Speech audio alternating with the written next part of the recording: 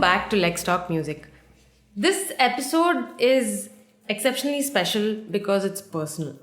My guest today is perhaps the main reason I've sustained as a lawyer in the music industry, and he inspires me every day.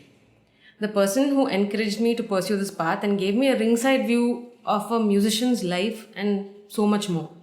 So my series would be incomplete if I did not have him on as a guest, because so much of the information I have derived and had access to has been because of this person. He's a guitarist, music producer, singer, teacher, entrepreneur, and has a green thumb. His career has been colorful, just like his outfits when he performed live with A.R. Rahman as his lead guitarist. He's worked with some of the biggest names in the industry and as a music director in regional films as well as Bollywood. I know his accolades by heart because I've had the privilege of managing him and working with him the last 4 years, apart from being married to him, of course. So no prizes for guessing. My guest for today is Sanjeev Thomas, aka Sanjeev T. Thank you for taking time out and welcome to Let's Talk Music, Sanjeev. Thank you for having me. I know we live under the same roof, but... yeah, I don't know why we're doing this. I mean, all jokes aside, but I know there's a new album coming out and you have 2 singles out. So has the pandemic been kind to you, considering you've actually been able to do something with all this time? And do you think there was any kind of creative pressure for you to put out more content? For starters, the pandemic doesn't, I think didn't affect music producers as much because, we are stuck at home and or stuck in the studio. So we get to still create within the studio. But 2 singles have been out.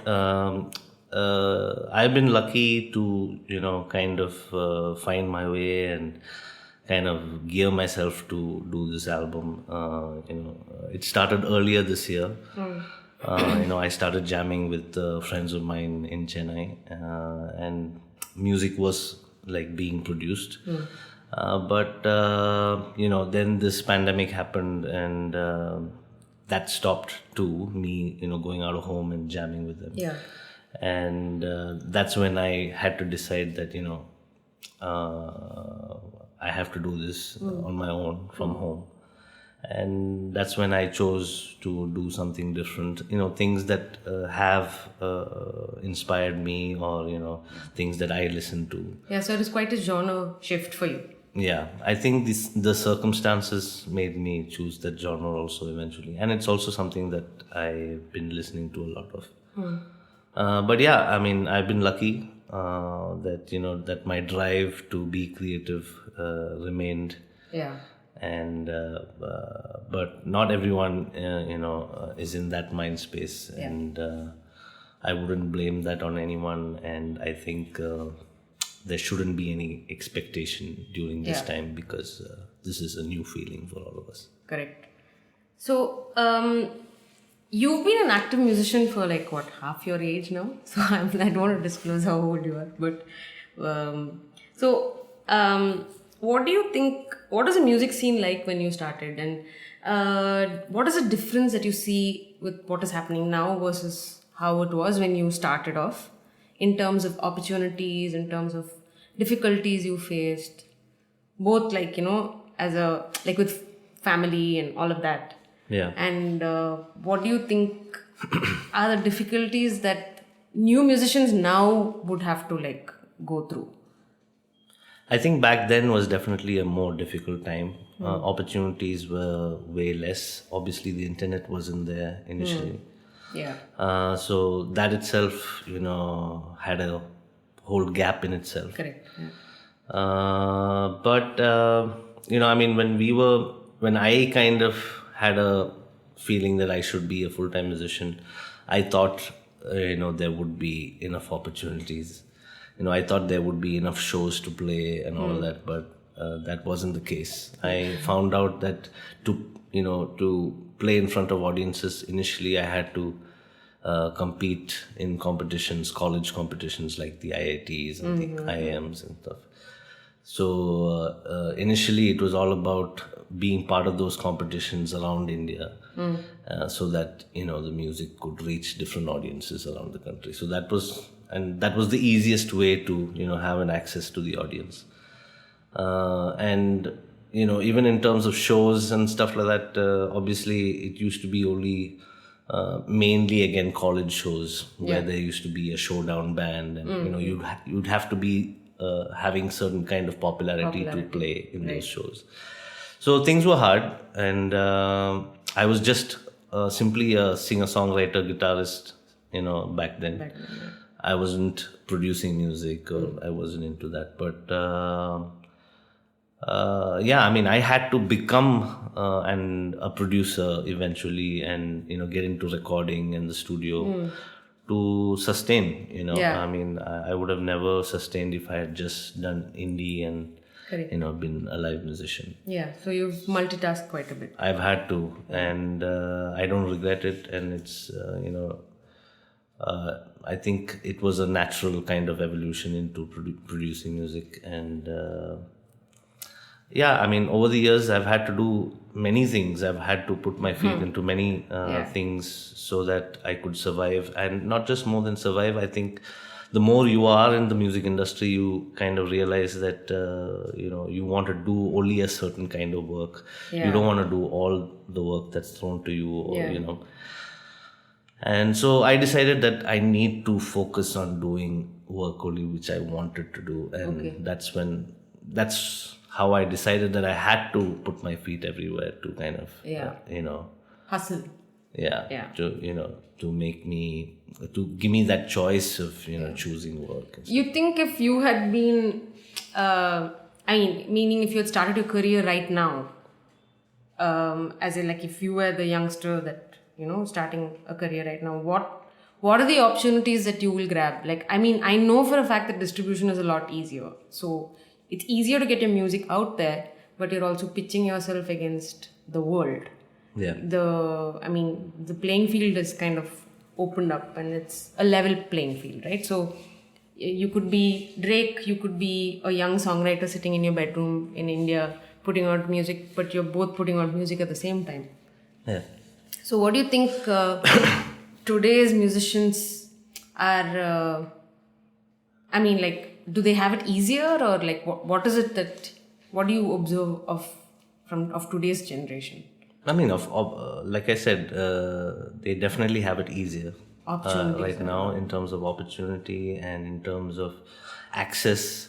Music itself, in terms of listening, was a problem. There were problems of access back then. So you can imagine, producing music or getting a software or learning something like that, or simply having something like YouTube to learn from. Yeah, that's true.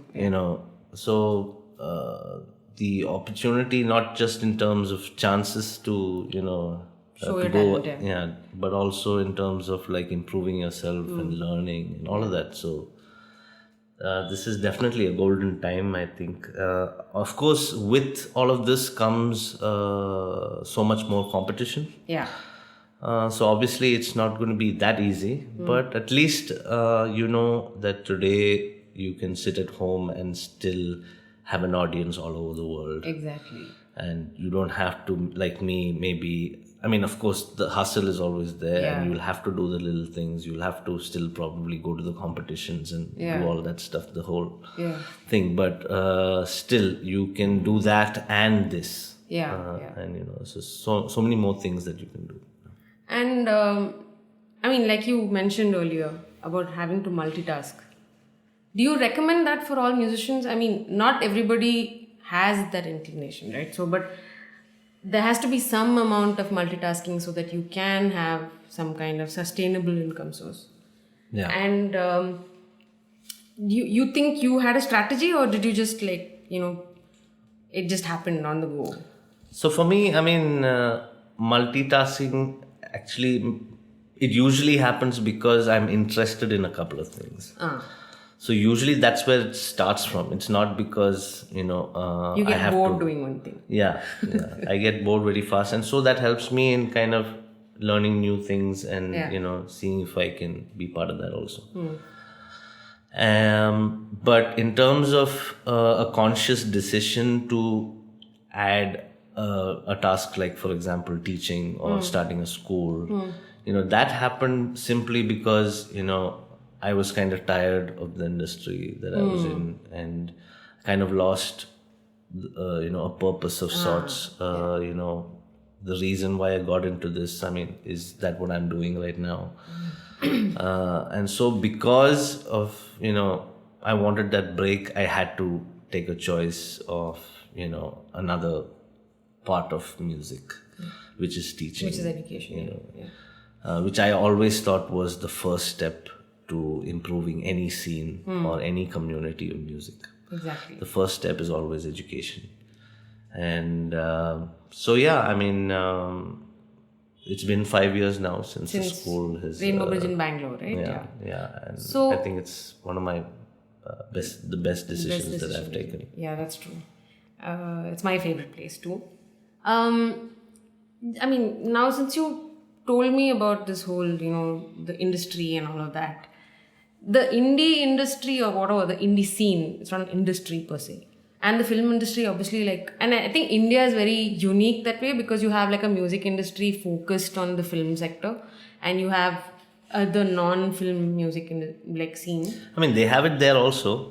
Yeah, but But it's what just I mean, that right? You don't have. it's not songs. Yeah, it's like background scores. You have a Hans Zimmer and those. You have guys. that industry, which is a well. film music composers correct. industry. But a soundtrack is always licensed from artists. Like you don't Most have, of the time. Most of the time. There are songs made in movies also, but not all the time. But not all the time. No, it's not like our Indian film industry. Yeah. So, do you think having that experience in the film industry is critical for a musician in India, or also thinking of the kind of time that we are in? Maybe it was important at a certain time and it isn't now. So, what do you think? Because you've had experience in both.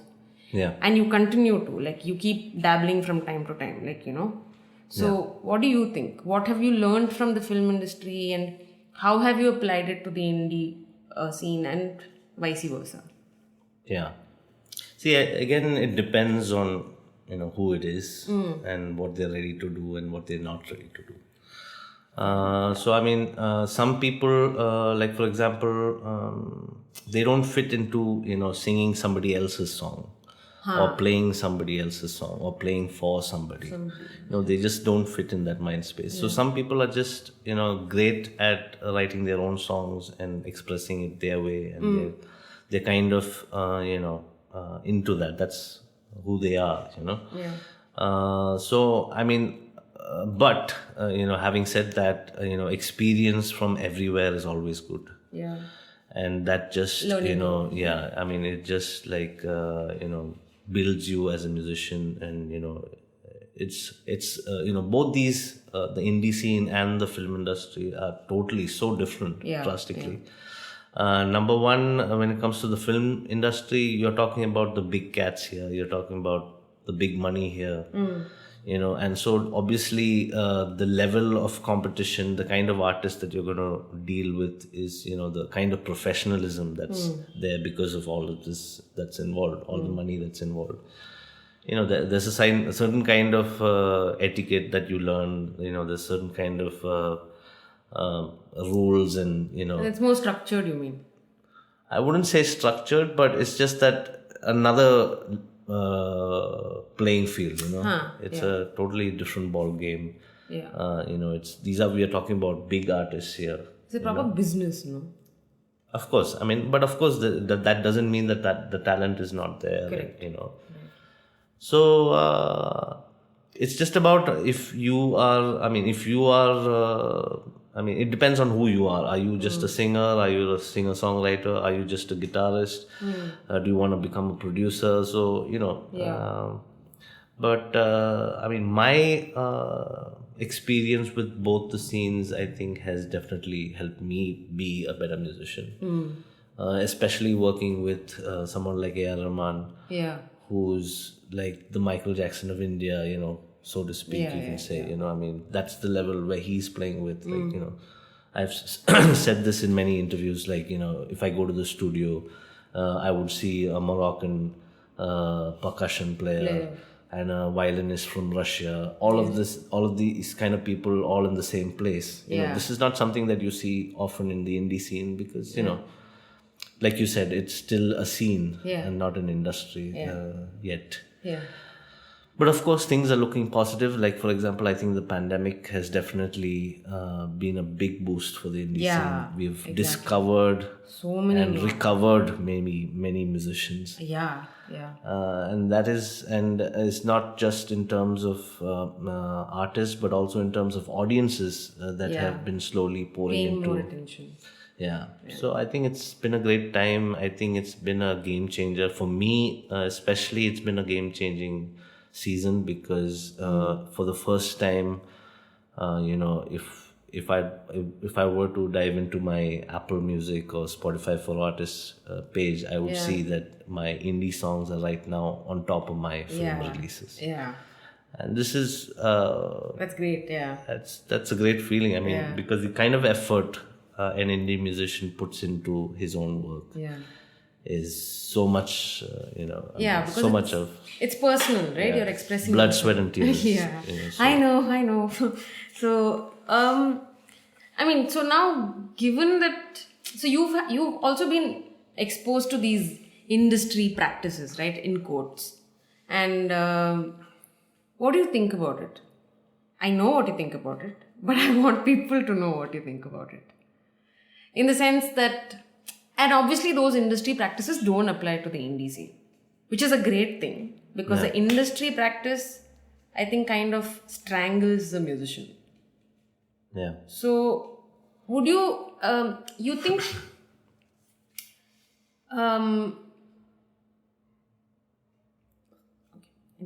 so what do you think about these industry practices? When we talk about industry practices, I mean, one would be we call it social practices, and one would be the technical practices. So when we talk about technical practices, it would be things like when we make a song. For example, this is I'm talking about Bollywood. Where they are very formula based, and how the way they make a song. So that is it's something about. I will come to later.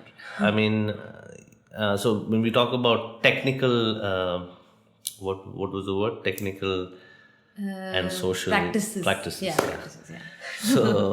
So a technical practice would be, the producer instantly asking you when he meets you, he asks you, okay, show me the hook, show me the, he doesn't want to even listen to the rest of the song. The hook is everything.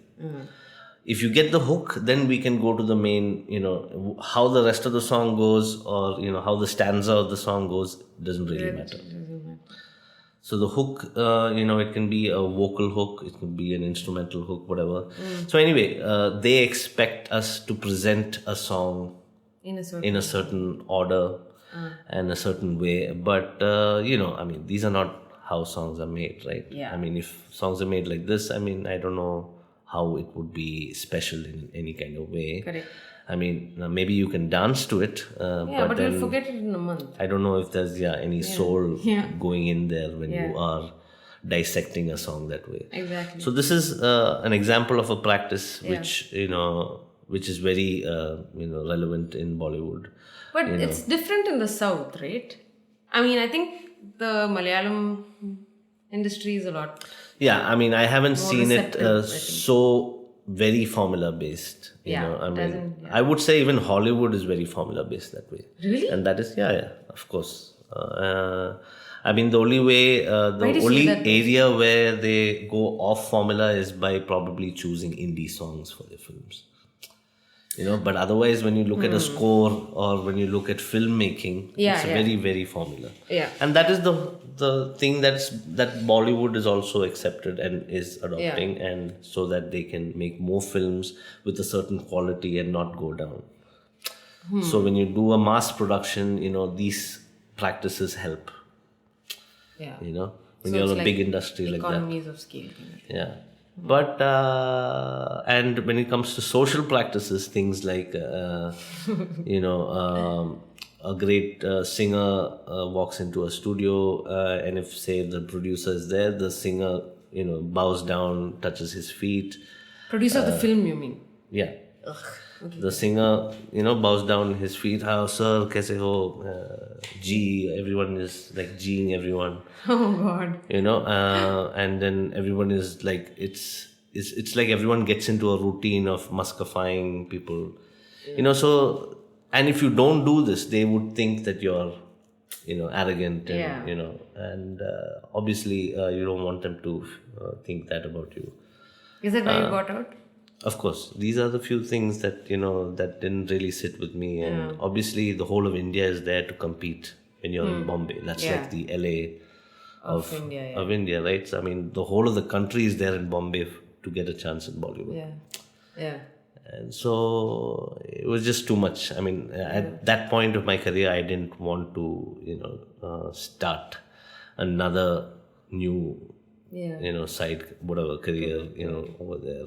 Especially having worked with AR and especially which is like a different ball game altogether. Right? Correct. Yeah, a lot more professional. Where I was still playing the top game, but didn't have to follow any of these practices to be a part of it. Which is why I felt like I think the southern film industry is significantly different from Definitely Bollywood that way. How familiar were you with royalties and copyrights as a musician starting off? And you think it would have made a difference if you had known about all of this earlier? Because now everyone's talking about it, right? Like IPRS and mechanical royalties and performance royalties, and people want to know more. I know you've heard it from me, like I've lectured you about it a zillion times. But do you think it would have made a difference if you had known about it earlier? I guess, I mean, I would have gotten into it earlier. I mean, back then, see, obviously all these streaming services weren't there. Internet wasn't even there. It was just about cassettes and CDs. So you would have to actually sign on to a record label for it to even matter. For us to even think about royalties and things like that. So that's why it didn't matter back then. But today the game is different. As soon as music went on digital, and now people have actually figured out how to make that money even without selling cassettes and CDs. Exactly. Yeah. And that's when the whole game has started. And of course, I mean, I wish I had known maybe a little earlier about it, but then it's okay. I mean, it's good that we are all being informed of this. And things like the incident with IPRS and things like that has stirred up musicians to actually some what this is, take that effort to because this could be some sort of a pension plan for musicians. Exactly, right? Because I mean, in the West, if you think about it, there are people who survive with just one song. Just one song, exactly, So and this has been going on for how many years now? They've had it sorted for like almost 30-40 years, maybe more. Yeah. And but I'm glad that people are talking about it. And I think on the same note, like this is something which I was thinking about the other day, and I think I mentioned it to you as well. Do you think creativity and creative rights are linked in the sense, now since you mentioned formula and formula music, and you think the film industry would be more creative with the music that they come out with if the music directors had an option to retain the rights? Because right now you know how it is. It's like you sign off everything, and if you don't, then you get dropped from the film. And a lot of people, big musicians even, I mean, we know, we've heard the stories about even... No, but why do you say that is connected? Because I mean, if anyway I'm going to sign off everything, I'm not going to like put my heart and soul and be creative about something. I'll just, reference, okay, just do something. But that's also even a very new concept, that understanding that I have to sign off everything.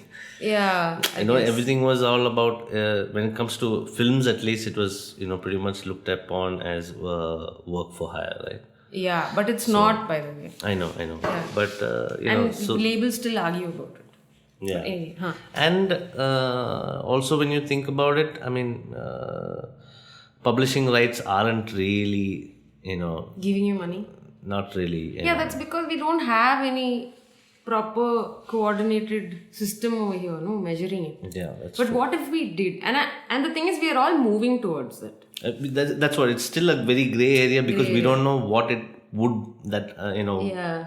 what if it was, done the right way? Yeah. What would be the What would be numbers? the numbers? We don't know We all don't of know, that, any of yeah, that. So, it's really, so that's why I don't think any of our decisions are, based on on. that. Which is sad though, because I mean, I think it's very, very important. Because, a few examples like Devshri Prasad, who made a ton of money because he retained derivative rights on one of those Telugu songs, Ante Amlapuram. Okay. It was remade into Hindi and Tamil and all the other languages. But he wasn't the music director for those remakes. And he scored big. Okay. So that is a very smart move. So that is somebody who knows, okay, I can ask for these things. Yeah. For that matter, even AR. Like, he pushed back after Jodha Akbar, I think. This is what KJ was KJ was saying. And that is, I mean, that's like setting a precedent, right? Like, in the sense, those are the kind of practices that we're looking at. To inspire people and not just succumb to industry practices. Because how many people will they keep dropping? So how many people will they keep changing because they aren't willing to like sign up and give away all of this? No, that way I think Bollywood is way, way, way more organized. And in terms of like, even like I think I mentioned this to you before, even in the ad industry, royalties and perpetual buying out and all that works. And there are composers who collect it, and like the top cream composers do that, and they've been doing that for years.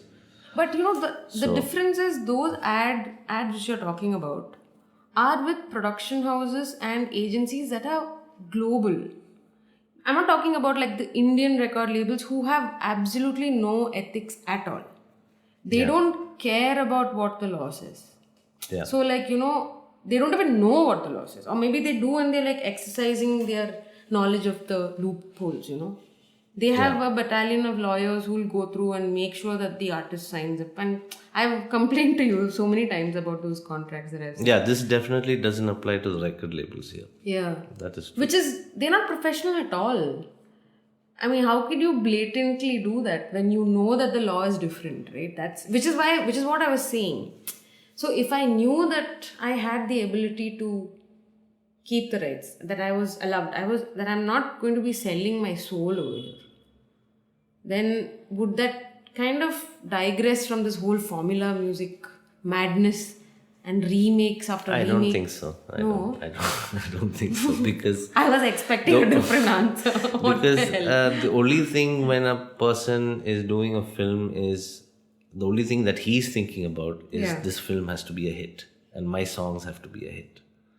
It's not about, okay, am I going to survive with my songs being a hit? I know, but I'm saying even this whole hit, the concept of a hit is based on formula music, right? Yeah. It all depends on what these labels are feeding broadcast, like radio and TV. And you will play only my songs in my catalog. And True, that is also part of it's like a cultural mindset change, I think. I don't know.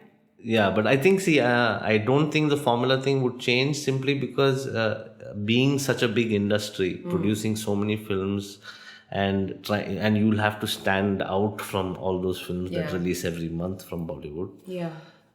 So a formula is something that like for example, having a great hook to a song is it's a great formula to have because I mean that's common to any genre.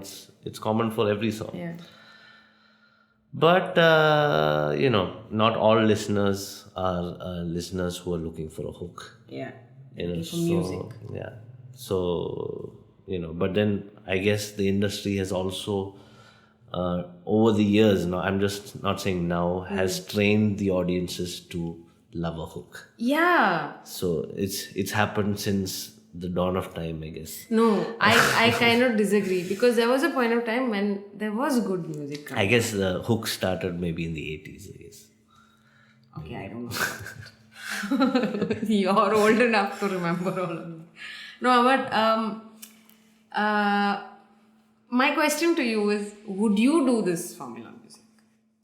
I mean, I would love to sometimes. If you had the chance, why not, right?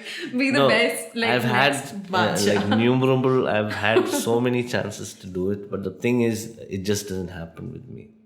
I mean, no matter how much I try, I eventually change it up so much that there won't be any, that sign of that formula work at all. So it's just that I can't do it with my own hands. But I think that's great.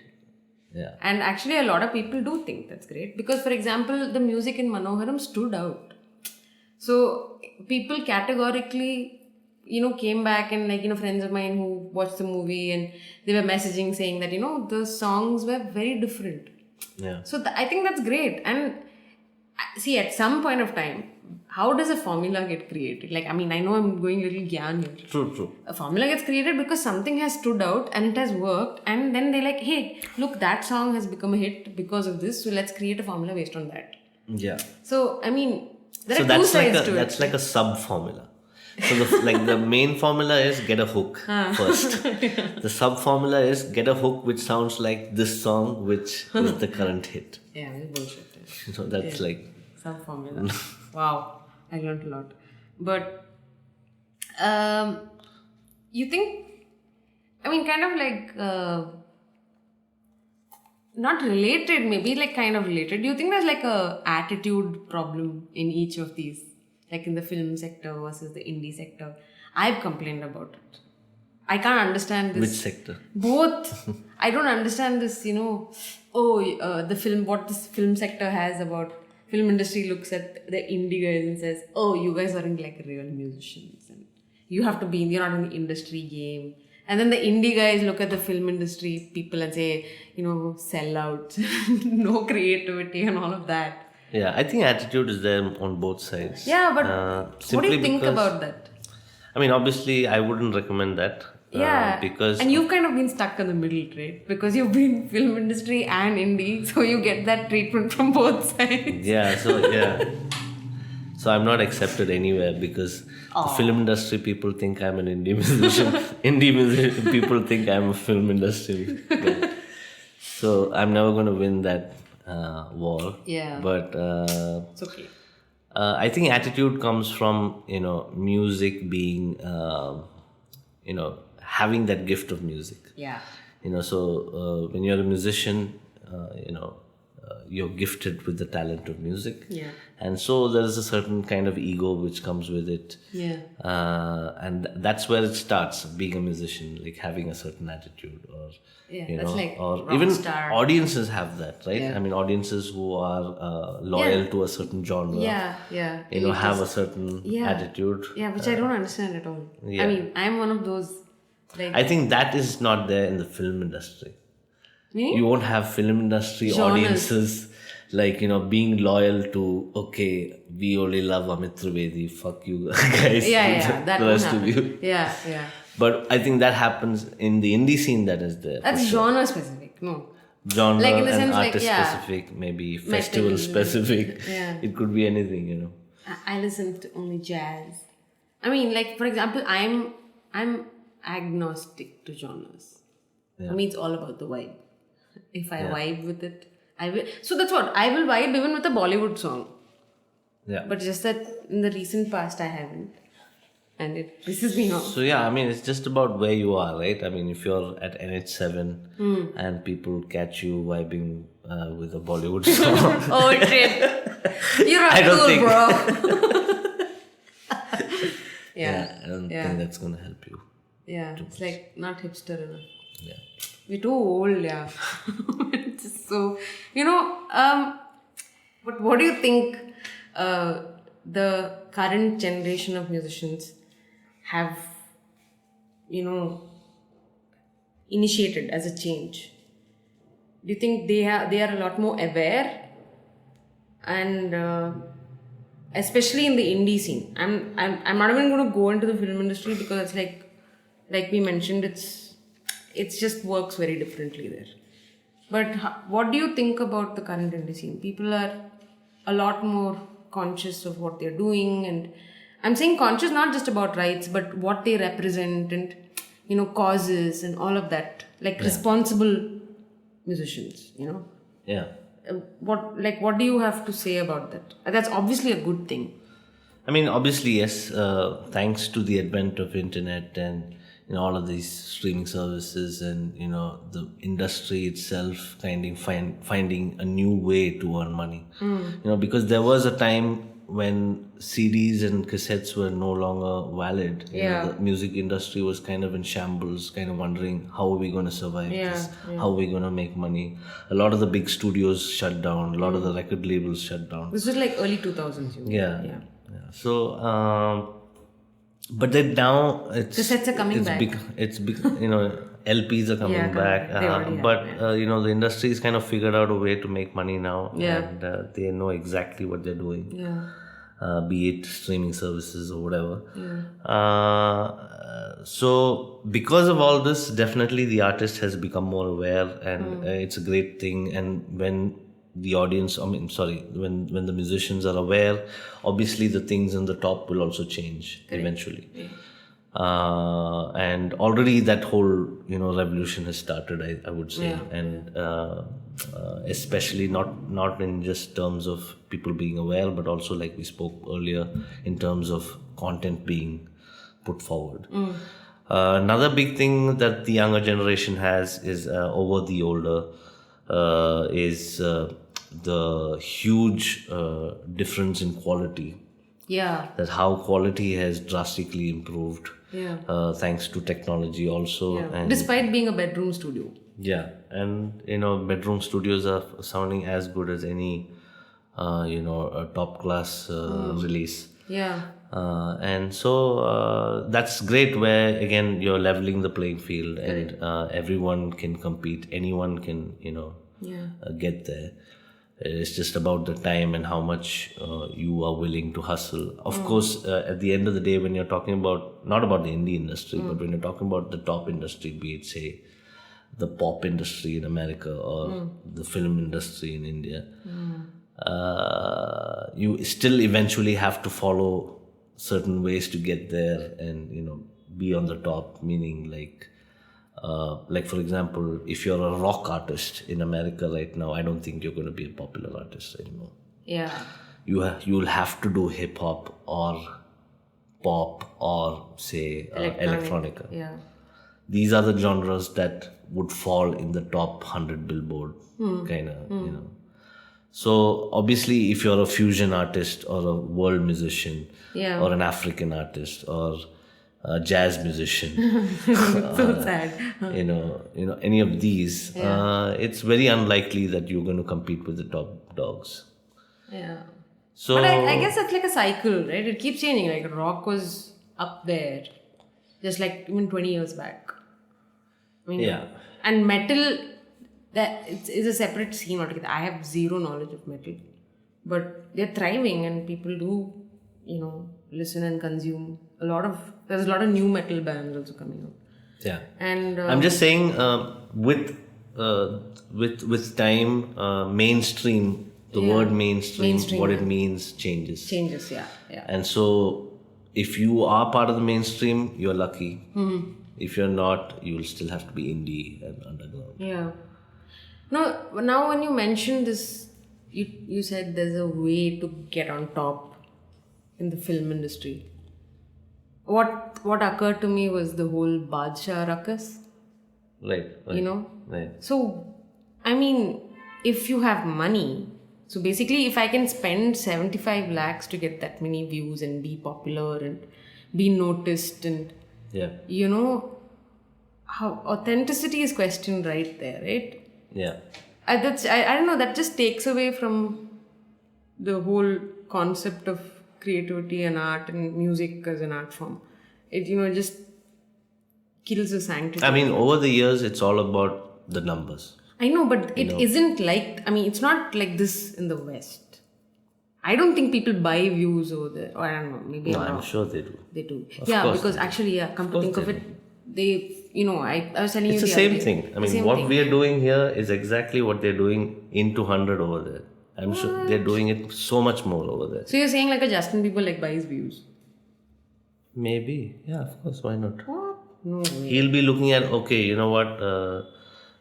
Who's another artist like BTS. No, okay, Taylor Swift. you know what? Taylor Swift's got these many views. His management will be talking about, you know what? We have to cross that those many views the next time Bieber releases something. Fuck. So obviously, this is everywhere. This is not something new to the Indian music industry.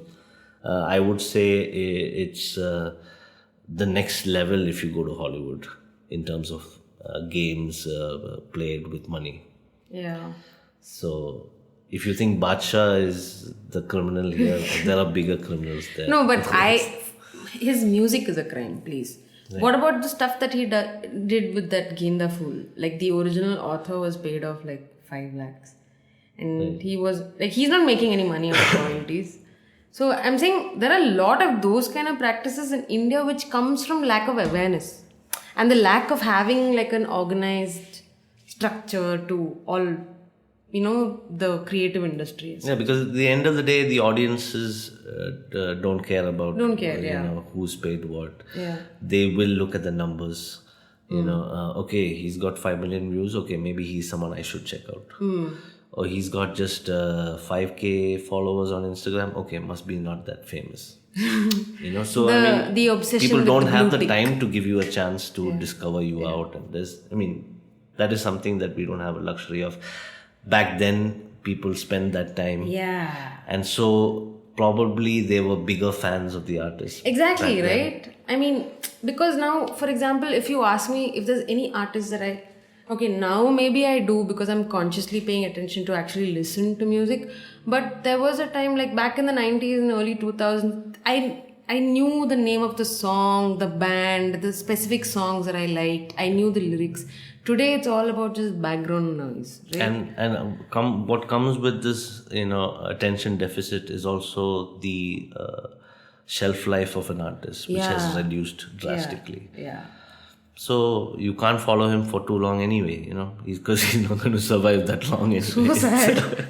How horrible. So you're not going to have, I don't think the music industry is going to have another Michael Jackson or another A.R. Rahman. Or, it's going to be hard. It's going to be hard, for people to sustain for that long. Yeah. And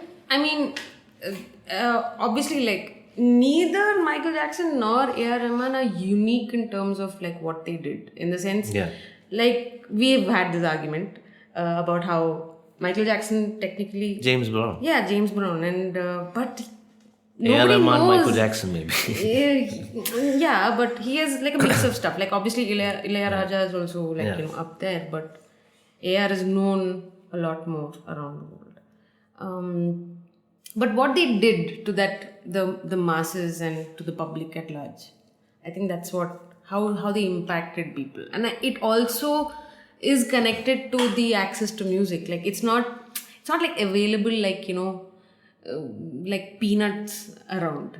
At that time, we used to wait to like buy that cassette and listen to every single new song that came out. And now it's just like, when 99 songs came out, I didn't even know that the album was out. And I was feeling so like guilty about it because I'm like a total AR fangirl, Yeah. And then I felt so bad because I was just like, wow. And there used to be a time when we used to like wait for these albums to come out and, go wait in the music store to buy those cassettes. And good times. I don't want to sound like a boomer. I am not a boomer. You are a boomer. I'm a millennial. But it's still, those are good days. Yeah. But today now we're focusing and doing all this online streaming and downloads and everything. And it's just there on your device and then you forget about it. It's all instant access. Any song you want to listen to, you have it there. So I guess it's about that, diminishing marginal utility kind of. Yeah. When there's too much of it, the value of it goes down. Yeah. And obviously, music is not valued as a luxury item type thing, anymore. Yeah. It's a necessity. But apparently people don't think so. When the whole pandemic hit. Right. Yeah. Art is not essential apparently. I'm like, okay. Yeah. But yeah. I guess they're thinking that there's already so much music, we don't need any more of this. So sad. So I mean, now we've spoken about so much about awareness and creative rights and all of that. How critical do you think this is in music education, especially now that Rainbow Bridge is, it's not just a music school, right? We know that it's more like a community center. We have there's a network of musicians associated with it. We are also a performance venue. Yeah. And you're looking at nurturing it as, an organization or a community of people which will sustain itself over a period of time. And given that it is in the music in education field, primarily, do you think it's critical to introduce creative rights awareness to people who are serious about taking up music as a career? I'm not talking about like kids. I'm talking about, like the adults. Yeah, definitely. Yeah, I think learning music, I think knowing your rights is also equally important. And this would definitely help, like for example, in the case of India, I think definitely would help parents to, understand that kids today can have a career in music. Yeah. And, it doesn't have to be that hard for them to understand. I mean, in the sense like it doesn't have to be like where you will have to have a degree with no relationship with music to have a fallback and then try music. And, we don't have to think in those terms. Yeah. We can train a kid when they're as young as, 5 years old or 10 years old and, kind of decide that he's going to be a musician eventually. Like how parents train kids to become cricketers. Yeah. That's, but if you don't have talent, then yeah, sure. I mean, in the sense like people are open to considering it, training them way early and, for something like cricket because it's big. But I think by, being aware of, how the industry works, what the rights are for, a musician. Yeah. All these things help both the parent and the student, understand how he could make a musical career feasible. Yeah, makes sense. Yeah. So, yeah, and education, in any form is important. I think you have a lot of young students, young adult students who are interested in this. I know they've contacted me as well. So that's great that, they are starting to think about this right away, which is awesome. Yeah, so, as long as you understand your kid. Yeah. If you think that, he has a genuine interest to music and he works on his music without being told, that is a sign that, he wouldn't, it comes naturally and that he wouldn't have to work a day in his life if he's truly interested in it. Correct. And, we've lost a lot of musicians for this, in this whole rat race of surviving. And, I always say that, I knew a bunch of musicians in my college days who were so good, and but now they're probably just uncles being engineers somewhere. Corporate jobs. Which they were not supposed to be. They were they were the coolest kids in college. And, and they were great musicians. That's really sad. But hopefully, we'll have less of that. And more I think that's opt. changing now. Yeah, I think that's changing. So that means that there's been a sea of change, right? Like that you've seen in the last 2 decades that you've been a musician. Yeah. But we still have a long way to go. So what do you think is the most important and crucial change that we need for the music community in India? Apart from unity, of course, I really wish... Organization is definitely the biggest need. Yeah. Whether it be, having a union or having a conglomerate of, musicians where, their needs are taken care of and their rights are taken care of and they're not being persecuted and stuff like that. Yeah.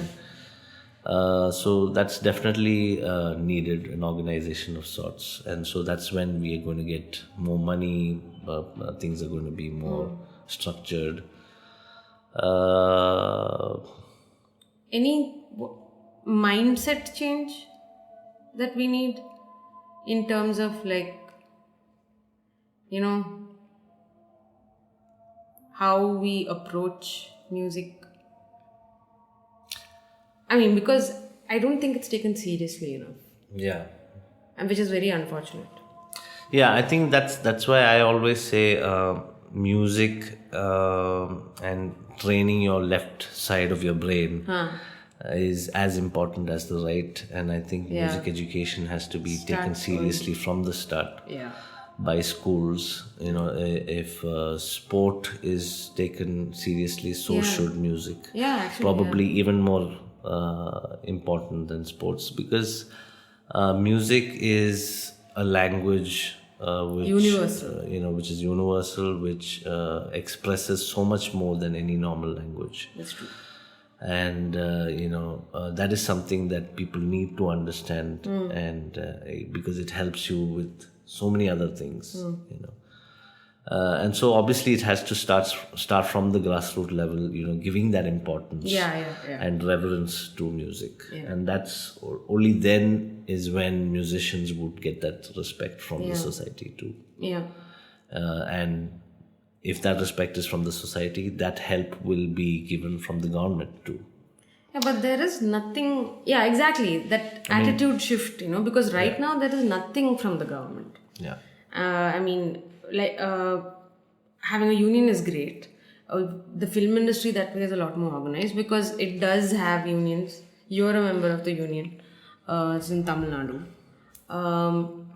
But the indie community that way, I think the lack of representation, like you said, is. And all of that, I think, boils down to the importance given to music. Because people don't think it's important enough. Yeah. So, I think, that's like a very critical. And also, I think India, our unique problem is the fact that we have so many languages in the same country. Yeah, that's true. And so, can I be a Malayalam artist and be mainstream? Can I be someone from Orissa and sing Oriya and be mainstream? I don't, so this is the problem. Yeah. Or should I only sing Hindi to be mainstream? Oh, yeah, that's a completely All of different that. problem. So this is, and so which means, does it mean that if I sing English, that's totally not going to be mainstream ever? Yeah. I mean, this has been the biggest, especially English, because a lot of the Indian musicians in this country sing in English. They express in English. And sadly, any music in English from India, has... It's still... Yeah, because... I mean, you've had your one-offs where songs have reached a certain you have level. a Pratik Kuhad. A Pratik Kuhad or a Parik can sing. And, Yeah. a few songs which have probably hit a bigger market. But how big is that? I mean... but yeah, I mean... Regional music versus English and regional music versus Hindi as well. Yeah, I mean, probably you could say, okay, a Kolavari Day, which you could call as a Tamil song, has crossed even Bollywood and maybe even crossed further than that. But then Jimmy Kimmel also, by the way. Jimmy Kimmel played it on the show. Yeah. So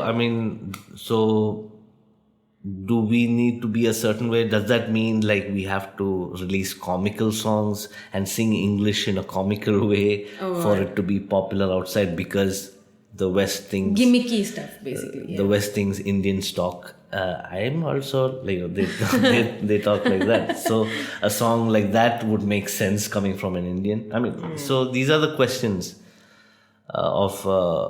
can we really be mainstream while singing English and things like that, And I mean, it's just sad because India is such a massive market. I mean, population-wise, we are huge. So there is so much opportunity, but there is so much of fragmentation within this that it kind of dilutes that opportunity as well. Yeah. And of course, there are the problems with the film industry. Now, for example... the simple fact that radio stations and TV stations don't play indie music in this country. That's because of the labels. Yeah. So, I mean, that is, what you would say, a straight off death Yeah. from above, from the film industry. Yeah. So I mean that itself cuts so much Cuts out so much. of your audiences, and you're not reaching anywhere that you want to, the numbers that you want to. Yeah. And so you'll have to completely rely on the internet. Yeah. While film industry has everything, has the stations, the TV, the radio, the internet, everywhere. So No, but I think that way, having these new streaming platforms and OTT, because cable is kind of dying out, and having Netflix and Amazon Prime, and there's so many indie artists are getting opportunities to like place their music with, and therefore that kind of opens up a new market, because everyone, especially with this pandemic, has now learnt to Netflix and chill, including our parents. right. So, they are becoming a lot more aware. So I think there's a massive opportunity there, and we're hoping that kind of Definitely, I think we're definitely moving that way, where the way of Hollywood, I would say, where films will be just choosing songs that they like, and most of it would be obviously indie, because they've already been produced and they've already liked that song, and they think that song would fit perfectly for their film, and so they don't need to spend as much, they don't need to like explain anything. So many problems are solved by just choosing. It's like having a catalog of music right there, no? See, and just like choose and pick. So I think it's already happening, and it'll happen more, because again, now because of this pandemic, people are talking about films with lesser budgets. Exactly. So maybe they don't have the money to pay a music director. They'd rather just buy off songs from different artists and just do a score it. Yeah, that's true. So I think at some point the indie and the film industry are going to merge soon. Yeah, I think we're And I think 10 years from now, I think music directors have to compete with indie musicians too. Good, I'm glad. Yeah. Yay. So, to wrap this up, what is your advice to aspiring and upcoming musicians? So the road to having a career in music is hard. Don't ever think that it's going to be easy. Yeah. It's not going to be instant. If you're lucky, maybe, but just getting success instantly doesn't mean it's going to last, especially in today's times. Yeah. So, I mean, educating yourself is primary. Educating as much as you can, as early as you can. And this is a forever process, a process which will never stop, a process of learning. And there is always going to be a point in your life where you will have to constantly evolve to be relevant. And this is very important for an artist. Otherwise you will be one of those old uncles who still crib about how rock music was the greatest thing to mankind. Yeah, we need to evolve a lot more. So, but please, even I crib, okay? Are you calling me an auntie? That's too unfair. I'm just saying, you will have to constantly evolve to survive, to be relevant, and for people to listen to. Staying just listen relevant, to you. that's so critical. And music is not just about the fame and the popularity and the women and the booze and the drugs. It's about the hustle and surviving. Because this is not an organized industry. This is an industry where you'll have to organize yourself more than anything else. And it's not really a rat race. No, it's a race with all kinds of animals. and everyone has figured their own way to survive. Things which work out for them. Whether it be teaching or sessioning or producing or just adding new skills to your existing set of things, I think evolution, after education, evolution is definitely the biggest thing that every artist needs to. And I think perseverance is definitely important too, because this is something that is not going to stop anytime now. This is something that you'll have to do every day, day in and day out. It should come to you naturally. It should be something that you enjoy. It should not put you down at any time. You should always feel you should be pumped about creating music, basically. Yeah. You can't like just be, oh, today I don't want to be a musician. Yeah. Yeah. So I think, that goes without saying for any career, Yeah. to persevere through the hardships and, still say, yes, I will become this. Yeah. So here, okay, let me acknowledge this in public. I watch you do this every day and it's like, it's crazy, the kind of sincerity and dedication you have to being a musician, and that inspires me too. I think that it really influences me to do what I'm doing today, to work with musicians and the entertainment industry, and that drive. You've always told me about that drive. And I didn't really think I had that drive till like now, because now this is the closest I can be to being a musician, right? Like being married to one and being like a lawyer to musicians. I think that's so, yeah. Yeah, we need more people like me, like you, to support the scene, because that is as important as being a musician or an artist. Enablers, basically, yeah. And there have been many people who've come forward and built platforms to help people, artists and musicians. Yeah. And I think that is something that we're going to see more of in the future. Yeah. And I think the musicians are getting more organized now. I think things are going to look so much more better now. So thanks to the internet. I think I would like to say, you could definitely have a career in indie music in the future. Super. Okay, so wrapping up today's episode, my very special episode. Thank you so much, Sanjeev, for taking time out and doing this with me just before we have dinner together. But thank you so much, guys, for tuning in. I hope you enjoyed this episode, because both of us really did. And we haven't had this conversation. We probably did, but like in bits and pieces. So it was really fun to do this. And I look forward to the next episode and having all of you tune in again. Bye.